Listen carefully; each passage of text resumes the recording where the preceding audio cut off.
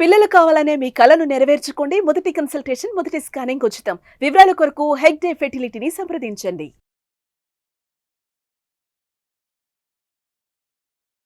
నమస్తే, welcome to Suman TV. నేను గిరిజ. 2025 ఆంగ్ల సంవత్సరంలో ద్వాదశ రాశుల వారికి ఏ విధంగా ఉండబోతోంది? అందులోనూ ఈ ఏడాదిలో 4 గ్రహాల మార్పు అయితే జరుగుతుంది అని అంటున్నారు. అటు గురుగ్రహం కానివ్వండి, శనిగ్రహం కానీ, అలాగే వీటితో పాటు రాహుకేతువులు కూడా మార్పు జరగబోతోంది. సో వీటి మార్పు ఈ 12 రాశుల వారికి, ఈ రాశి వారిపై ఎలాంటి ప్రభావాన్ని చూపిస్తుందో తెలిపేందుకు ఇవాళ మనతో పాటు ప్రముఖ జ్యోతిష పండితులు బ్రహ్మశ్రీ నందిబట్ల శ్రీహరి శర్మ గురువుగారు ఉన్నారు. వారితో మాట్లాడదాం. గురువుగారు నమస్కారం. వాగర్థావివ సంపృక్తౌ వాగర్థ ప్రతిపత్తయే జగతః పితరౌ వందే పార్వతీ పరమేశ్వరౌ. సదాశివసమారంభాం శంకరాచార్య మధ్యమాం అస్మదాచార్య పర్యంతం వందే గురు పరంపరాం. ఆదిత్యాయ చ సోమాయ మంగళాయ బుధాయ చ గురుశుక్రశనిభ్యశ్చ రాహవే కేతవే నమః. శృంగేరి జగద్గురు పీఠాధిపతులకి, కంచిపీఠాధిపతులకి నమస్కారములు తెలియచేసుకుంటూ కార్యక్రమాన్ని ప్రారంభిద్దాం. గురుగారు, ఈ ఆంగ్ల సంవత్సరంలో మకర రాశి వారికి ఏ విధంగా ఉండబోతుంది అంటే, ఇంతకు ముందు నుంచి కనుక చూసుకుంటే శని ప్రభావం బాగా ఉండింది ఇప్పటి వరకు. సో ఇకపై శని ప్రభావం తగ్గుతుంది, గురు ప్రభావం పడబోతుంది అని అంటున్నారు. సో మరి ఈసారైనా మకర రాశి వారికి బాగుంటుంది అనుకోవచ్చంటారా? ముందుగా వీక్షించేటువంటి సుమన్ టీవీ ప్రేక్షకులకి మనవి, ఇప్పుడు మనం చెప్పుకోబోయేటివి 2025 సంవత్సరంలో ఉండేటువంటి ద్వాదశ రాశుల వారికి సంబంధించినటువంటి మంచి చెడు విషయాల గురించి ఏ విధంగా ఉండబోతుంది. అయితే చాలామందికి ఒక సందేహం రావచ్చు, రాశుల ఫలితాలు అనేటువంటివి ఉగాది టు ఉగాది కదా మనం చెప్పుకునేది, మన సాంప్రదాయం. మన సాంప్రదాయాన్ని విడనాడి ఈ కొత్త సాంప్రదాయం ఏంటి, మనది కాని ధర్మాన్ని ఎందుకు మీరు ఈ విధంగా చెప్తున్నారు అనే ఆక్షేపణ కూడా ప్రేక్షకులు తెలియజేస్తారు. అయితే ఇక్కడ ధర్మం అంటూ ఒకటి ఉంటుందండి, శాస్త్రం అంటూ ఒకటి ఉంటుంది.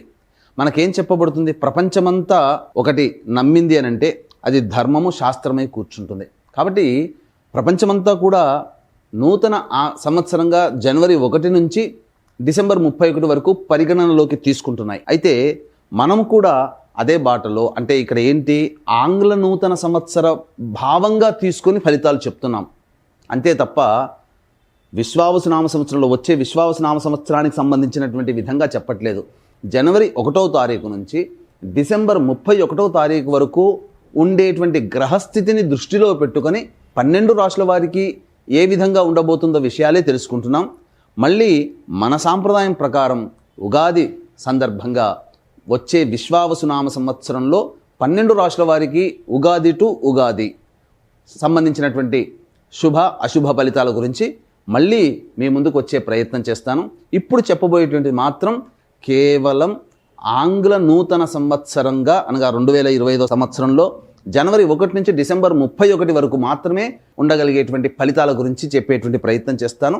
కాబట్టి ఈ చిన్న గమనికని మీరు గమనించవచ్చని చెప్తున్నాం. 2025 సంవత్సరంలో జనవరి 1వ తారీఖు నుంచి డిసెంబర్ 31వ తారీఖు వరకు మకర రాశి వారికి మంచి చెడు ఏ విధంగా ఉండబోతుందో తెలియజేయడానికి ప్రయత్నం చేస్తాను. ఇక గ్రహ సంచారం చూసుకున్నట్లయితే గురువు 9 మే వరకు వృషభ రాశిలో, తదనంతరం మిథున రాశిలో 9 మే నుంచి సెప్టెంబర్ 28 వరకు, సెప్టెంబర్ 28 నుంచి నవంబర్ 11 వరకు కర్కాటక రాశిలో, అలాగే నవంబర్ 12 నుంచి డిసెంబర్ 28 వరకు మిథున రాశిలో సంచారం చేస్తున్నాడు. ఇక మకర రాశి వారికి ఏప్రిల్ 16వ తారీఖు వరకు కూడా ఏలినాటి శని ప్రభావం ఉంటే, ఏప్రిల్ 16 నుంచి అక్టోబర్ 9 వరకు మీనరాశిలో సంచారం చేస్తున్నటువంటి కారణం చేత మకర రాశి వారికి ఏలినాటి శని ప్రభావం తొలగిపోతుంది. అయితే మళ్ళీ అంతా తొలగిపోయింది అని అనుకుంటున్నారా? జూలై 8న మీనంలోనే వక్రీకరించి కుటుంబ శని దోష అనగా ఏలినాటి శని దోష ప్రభావాన్ని మళ్ళీ చూపిస్తున్నాడు. మళ్ళీ ఎప్పటి నుంచి? జూలై 8 నుంచి అక్టోబర్ 9 వరకు మళ్ళీ కుంభరాశిలోనే వక్రీకరించి మళ్ళీ ఏలినాటి శని ప్రభావం. కాబట్టి కొన్ని రోజులు మాత్రమే మకర రాశి వారు ఏలినాటి శని దోషం నుంచి తప్పించుకుంటారు. మళ్ళీ మిగతావన్నీ కూడా ఈ యొక్క సంబంధించినటువంటి ఏలినాటి శని దోషాన్ని మళ్ళీ తిరిగి పొందుతున్నారు. కాబట్టి గతంలో వల్లే మకర రాశి వారికి కూడా ఈ ఏలినాటి శని దోష ప్రభావం తొలగిపోతుంది అనేటువంటి మాట కొంతవరకు నిజము, చాలా మటుకు తొలగిపోకుండా మళ్ళీ శని ప్రభావాన్ని కంటిన్యూ అవుతుంది. ఇక గమనించుకున్నట్లయితే నవమ స్థానంలో 15 మే వరకు కేతువు మరియు తృతీయ స్థానంలో రాహువు మీనరాశిలోకి, తదనంతరం 16 మే నుంచి సింహరాశిలోకి కేతువు, అలాగే కుటుంబ స్థానంలోకి రాహు ప్రభావం వలన గురుగ్రహము కొంత కాలం మీకు అనుకూలంగా ఉంటుంది, మిగతా గ్రహాలు ప్రధానంగా అనుకూలంగా లేవు. కాబట్టి ఈ 2025వ సంవత్సరంలో మకర రాశి వారు కొన్ని గ్రహాల ప్రభావం వలన కష్ట నష్టములు ఎదుర్కోక తప్పదు. కాబట్టి సిద్ధంగా ఉండండి. సమస్యలు ప్రతి మానవుడికి వస్తాయి, కానీ కొన్ని రోజులు కొన్ని నెలలు అనుకూలంగా ఉంటాయి.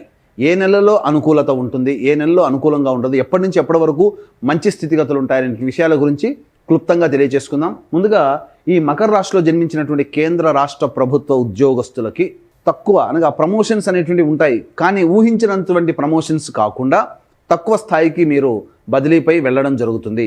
కోరుకున్న చోటికి బదిలీలు కావాలనుకున్నప్పుడు చాలా కష్టపడాలి. అధికారుల యొక్క అనుగ్రహం పొందడం కోసం చాలా కష్టపడితే తప్ప కోరుకున్న చోటికి బదిలీ అనేటువంటి జరగవు. ఇక ప్రైవేట్ రంగంలో వర్క్ చేస్తున్నటువంటి మకర రాశిలో జన్మించినటువంటి స్త్రీ పురుషులు ఎవరైనా కానీ చాకచక్యంతో లౌక్యంతో వ్యవహరిస్తూ అధికారులని మెప్పుకోలు కోసం ప్రయత్నిస్తూ పని చేసుకోవాల్సిందే. కాబట్టి మనము ఎక్కువ అనేటువంటి అహం ఎప్పుడైతే వస్తుందో ఈ మకర రాశి వారికి ప్రైవేట్ ఉద్యోగంలో ఇబ్బందులు అనేటువంటి ఎదుర్కోక తప్పదు. నూతన ఉద్యోగం కోసం వెతుక్కోవాలనే ఆలోచన వస్తుంది, కానీ ఆ ఆలోచన ఎలాంటి సందర్భంలో మనం చేసుకోవాలి, ఎప్పుడు నూతన ఉద్యోగం కోసం మారాలనేటువంటి విషయాల గురించి కూడా మీకు తెలియచేయడం జరుగుతుంది. ఇక ఈ రంగంలో జన్మించినటువంటి ప్రధానంగా రాజకీయ రంగంలో ఉన్నటువంటి ప్రముఖులు, మకర రాశిలో ఉన్నటువంటి రాజకీయ ప్రముఖులు ఎవరైతే ఉంటారో ప్రజాదరణ అంతగా లభించక ఇబ్బంది పడుతూ ఉంటుంటారు. ముఖ్యంగా సంపాదించిన సొమ్ము ఖర్చు అయిపోయినా, ఏ పదవి రాలేదని భంగపాటు ఉన్నా పెద్దల యొక్క అనుగ్రహం, రాజకీయ రంగంలో పెద్దల యొక్క అనుగ్రహం ఉండడం చేత స్టే అవ్వగలుగుతారు, అనగా నిలబడగలుగుతారు. ఇది గుర్తుపెట్టుకోండి. ఈ రాశిలో జన్మించినటువంటి సినీ రంగ ప్రముఖులు ఎవరైతే ఉంటారో, అనగా సినీ రంగంలో ఉన్నటువంటి వాళ్ళు, 24 ఫ్రేమ్స్లో వర్క్ చేసేటువంటి వాళ్ళు, టీవీ సీరియల్స్, టీవీ రంగంలో పనిచేసేటువంటి వాళ్ళు, అలాగే ఎలక్ట్రానిక్ ప్రింటింగ్ మీడియాలో ఉన్నటువంటి వాళ్ళు, సోషల్ మీడియా రంగంలో ఉన్నటువంటి వాళ్ళకందరికీ కూడా ఆశించిన మేర శుభ ఫలితాలు అనేటువంటివి కలుగుతాయి. ప్రజాదరణ కలిగినటువంటి ప్రాజెక్టులో మీరు ఉంటారు. ఆదాయం సామాన్యంగా ఉంటుంది, కానీ ప్రజాదరణ హెచ్చుగా ఉంటుంది. కాబట్టి మంచి పని అని ఆలోచన చేసుకొని మంచి వాటిని మీరు ప్రాజెక్టులు తీసుకొని ముందుకు వెళ్ళవచ్చు.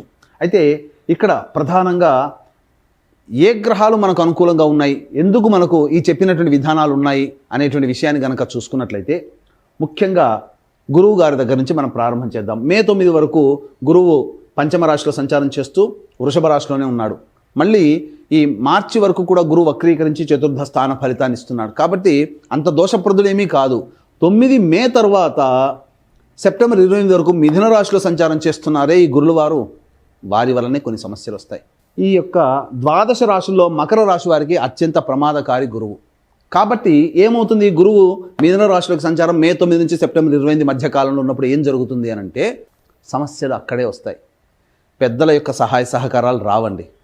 ఇంకొకటి, అన్నిటికంటే ప్రధానమైనటువంటిది, ఏ పని చేసినా ఆ పని సకాలంలో పూర్తి కాదు. విద్యార్థులకి కష్టకాలంగా ఉంటుంది ఈ సమయం, మే 9 నుంచి సెప్టెంబర్ 28 వరకు. అలాగే ధనం కోసం ఎవరికైనా ఈ సమయంలో మే 9 నుంచి సెప్టెంబర్ 28 మధ్య కాలంలో డబ్బులు ఎవరికైనా ఇచ్చారా, ఆ డబ్బు మీద ఆశ వదులుకోవాల్సిందే. ఎందుకనంటే కష్టములతో కూడుకున్నటువంటి రాబడి ఉంటుంది. ఈ సమయంలో కనుక డబ్బు ఇస్తే చాలా కష్టపడాలి. అలాగే అవసరానికి మేర ఖర్చులకు తగ్గట్టుగా డబ్బు చేతికి అందక అప్పులు చేయాల్సిన పరిస్థితి కూడా మే 9 నుంచి 28వ తారీఖు వరకు గురుగారి వల్ల కలగబోతున్నాయి. కాబట్టి ఈ యొక్క సంబంధించినటువంటి సమయంలో సంతానం కోసం ఎదురు చూస్తున్నటువంటి వాళ్ళకి కొంత చెడు వార్తలు వినాల్సినటువంటి పరిస్థితి, మిస్క్యారీస్ అవుతుండమో జరగవచ్చు. కాబట్టి జాగ్రత్తలు పాటిస్తే ఆ గురుగ్రహ ప్రభావం నుంచి బయటపడవచ్చు. గురువు అశుభుడే మే 9 నుంచి సెప్టెంబర్ 28 వరకు, కానీ దైవానుగ్రహానికి పొందే ప్రయత్నం కనుక చేస్తే ఆ గురువు కూడా మీకు యోగించడం జరుగుతుంది. తద్వారా ఇప్పటి వరకు చెప్పుకున్న సమస్యలన్నీ కూడా యోగదాయకంగా మారుతాయని చెప్పవచ్చు. ఇక ప్రధానంగా ఎఫ్ఎంసీజీ రంగము సంబంధించి జనరల్ స్టోర్స్, సూపర్ మార్కెట్స్ నడిపేటువంటి వాళ్ళు, బోర్డింగ్ అండ్ లాడ్జింగ్ నడిపేటువంటి వాళ్ళు, రెస్టారెంట్స్ నడిపేటువంటి వాళ్ళు, అలాగే ఎడ్యుకేషనల్ బిజినెస్లో ఉన్నవాళ్ళు, జ్యువెలరీ రంగంలో ఉన్నటువంటి వాళ్ళు, తీర్థయాత్రలు బిజినెస్లు, పూజా స్టోర్స్ నడిపేటువంటి వాళ్ళు, వీళ్ళైతే ఎవరైతే ఉంటారో ఏవైనా మీ ప్రణాళికలు ఏవైతే ఉంటాయో మే 9 లోపలనే చేసుకోవడానికి ప్రయత్నం చేయండి. అనుకూలంగా ఉన్నటువంటి సమయం మే 9 నుంచి సెప్టెంబర్ 28 వరకు అనుకూలత లేదు. మరి సెప్టెంబర్ 28 తర్వాత గురువు గారి పరిస్థితి ఏంటి? మకర రాశి వారికి గురువు సెప్టెంబర్ 28 నుంచి నవంబర్ 11 45 రోజుల పాటు యోగదాయకంగా ఉంటున్నాడు. చక్కగా ఉంటుంది ఈ సెప్టెంబర్ 28 నుంచి నవంబర్ 11 వరకు. ఇక మళ్ళీ నవంబర్ 12 నుంచి డిసెంబర్ 28 వరకు, డిసెంబర్ సంవత్సరం మొత్తం కూడా చూసుకున్నట్లయితే గురువు కర్కాటక రాశిలో ఉన్న వక్రీకరించినటువంటి ఫలితం చేత మళ్ళీ మిథున రాశి ఫలితాలను ఇస్తాడు. తద్వారా ఏమవుతుంది, సంవత్సరం మొత్తంలో మే 9 వరకు, మళ్ళీ సెప్టెంబర్ 29 నుంచి నవంబర్ 11, 45 రోజులు ప్లస్ మే 9 అనగా జనవరి, ఫిబ్రవరి, మార్చి, ఏప్రిల్ 120 ప్లస్ 45 165 ప్లస్ 9 అంటే మొత్తం కలిపి 175 రోజులు. అంటే సరి సమానంగా 6 నెలలు అనుకూలంగా ఉంటాడు గురువు, 6 నెలలు అనుకూలంగా ఉండడు. ఈ మే 9 నుంచి సెప్టెంబర్ 28 మధ్యకాలము, నవంబర్ 12 నుంచి డిసెంబర్ 28 మధ్యకాలం మాత్రం మీకు అనుకూలత ఉండదు. కాబట్టి ఈ యొక్క సమయంలో ధనపరమైనటువంటి, విద్యాపరమైనటువంటి, సంతానపరమైనటువంటి, అలాగే కీర్తి ప్రతిష్టలకు సంబంధించి ఈ సంబంధించినటువంటి పనులలో అనుకూలతకు సంబంధించినటువంటి అన్ని విషయాల్లో సమస్యలు ఏర్పడతాయి. సంతాన మూలకంగా ఖర్చులు, సమస్యలు పెరుగుతాయి ఈ సమయంలో.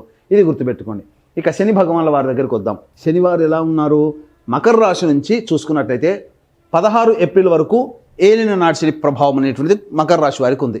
తదనంతరం సంతోషపడాలి, ఎందుకంటే ఏప్రిల్ 16 నుంచి అక్టోబర్ 9 వరకు మీన రాశిలోకి. ఇక ఏలిన నాటి శని దోషం పోయిందండి, హ్యాపీ అని అనుకుంటామా?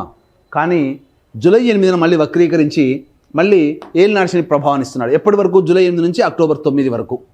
ఇక తదనంతరం అయినా కానీ బాగుందంటే జూలై 8 నుంచి అక్టోబర్ 9 వరకు, మళ్ళీ అక్టోబర్ 10 నుంచి వక్రీకరించి నవంబర్ 26 వరకు కుంభంలోనే వక్రీకరిస్తున్నాడు.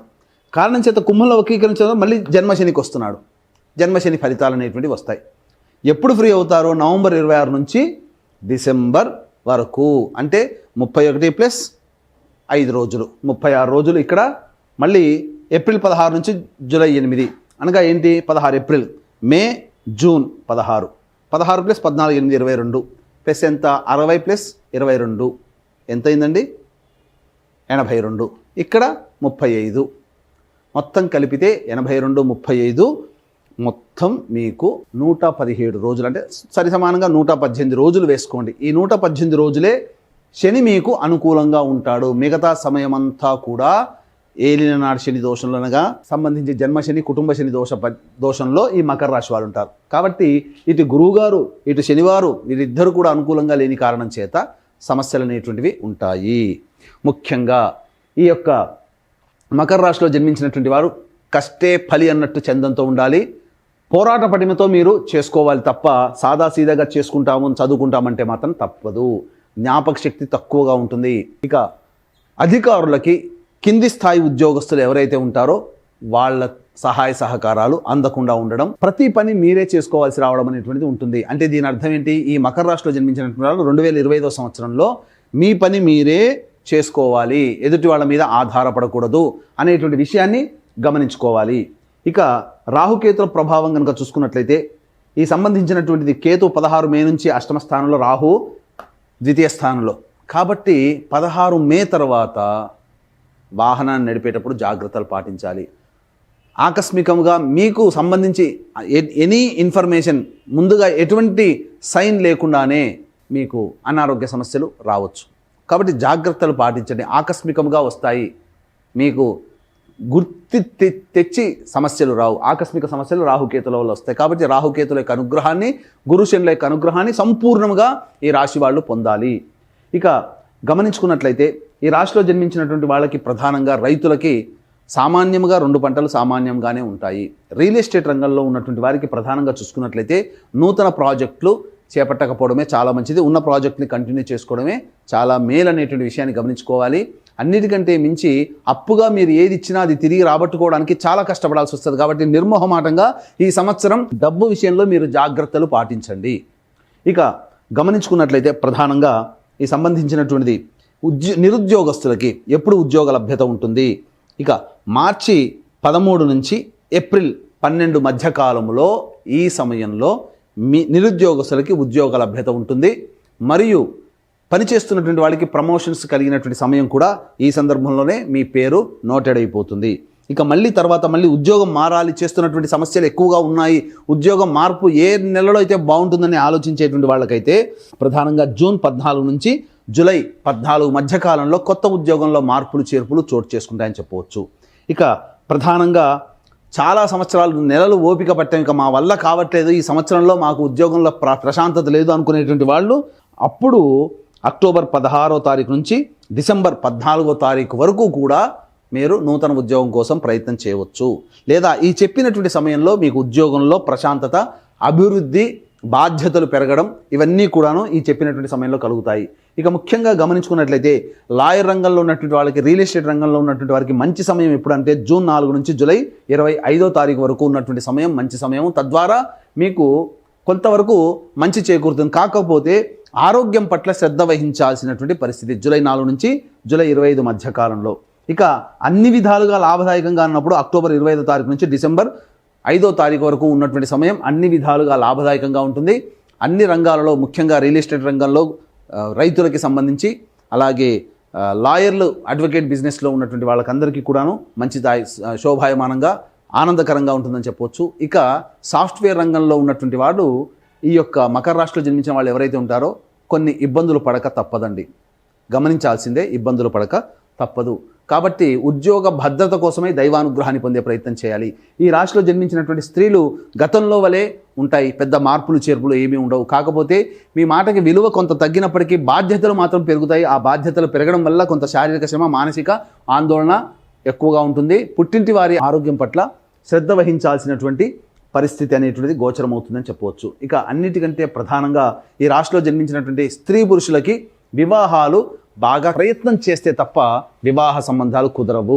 అయితే గమనించుకోవాల్సినటువంటి అంశం ఏంటంటే, ఈ యొక్క మకర రాశిలో జన్మించినటువంటి వారికి ప్రధానంగా మే 9 నుంచి సెప్టెంబర్ 28 ఉన్నటువంటి మధ్యకాలంలో పెద్దల సహాయ సహకారాలు లేకపోవడము, అలాగే దంపతుల మధ్య, భాగస్వామ్య వ్యాపారస్తుల మధ్య విభేదాలు రావడం, ఇవన్నీ కూడా సమస్యలు ఉంటాయి. కాబట్టి లౌక్యంతో మౌనాన్ని వ్యవహరిస్తూ, లౌక్యాన్ని ప్రదర్శిస్తూ మీరు కనుక ముందుకు వెళితే చాలా మటుకు సమస్యలు తగ్గుముఖం పడతాయని చెప్పవచ్చు.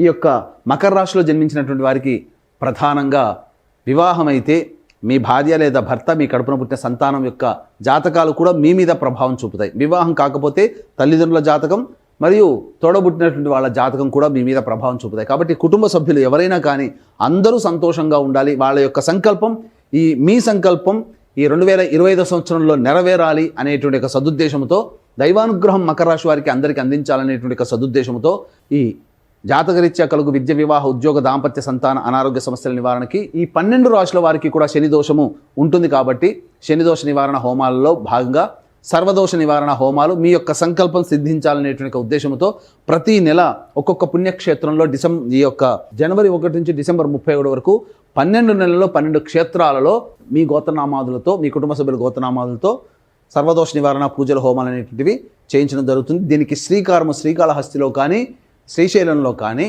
జనవరి 13వ తారీఖు రోజున ఏర్పాటు జరుగుతుంది. అవకాశం ఉన్న వాళ్ళు కార్యక్రమ తదనంతరం కాంటాక్ట్ చేసి మీ కుటుంబ సభ్యుల గోత్రనామాలు రిజిస్ట్రేషన్ ఎలా చేసుకోవాలో తెలుసుకోగలరు.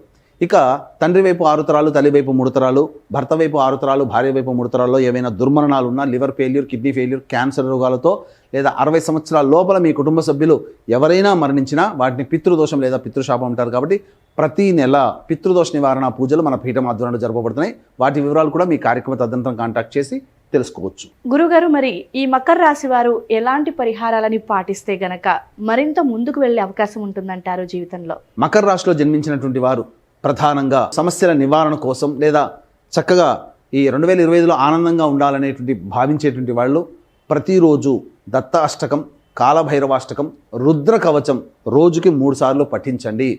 ఈ ప్రతిరోజు చేస్తున్న దీనికి విభిన్నంగా మీ యొక్క జీవితం ఉన్నట్టయితే మీ జన్మజాతకంలోని నడిచేటువంటి గ్రహ దశాంతర్దశల ప్రభావాలు కావున దగ్గరలోని మంచి ఉపాసనా పరులైనటువంటి జ్యోతిషుని సంప్రదించి వారి సలహాలు, సూచనలు పాటించి మరింత మెరుగైన జీవితాన్ని పొందుతారని ఆశిస్తూ సర్వం శ్రీ ఉమామహేశ్వర పరబ్రహ్మార్పణమస్తు.